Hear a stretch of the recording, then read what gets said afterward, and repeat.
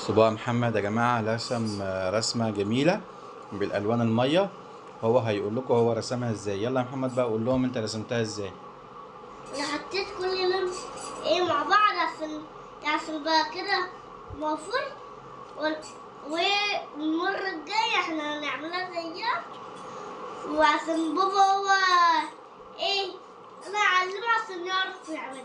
ماشي. هو انت استخدمت ألوان ايه يا محمد؟ ايه هي الألوان اللي انت استخدمتها؟ اسمها ايه؟ لون ابيض، ايوه لون شاطر. احمر، شاطر. لون ازرق، شاطر. لون لون ايه تاني؟ اصفر. اصفر شاطر. واحمر ولوني جميل.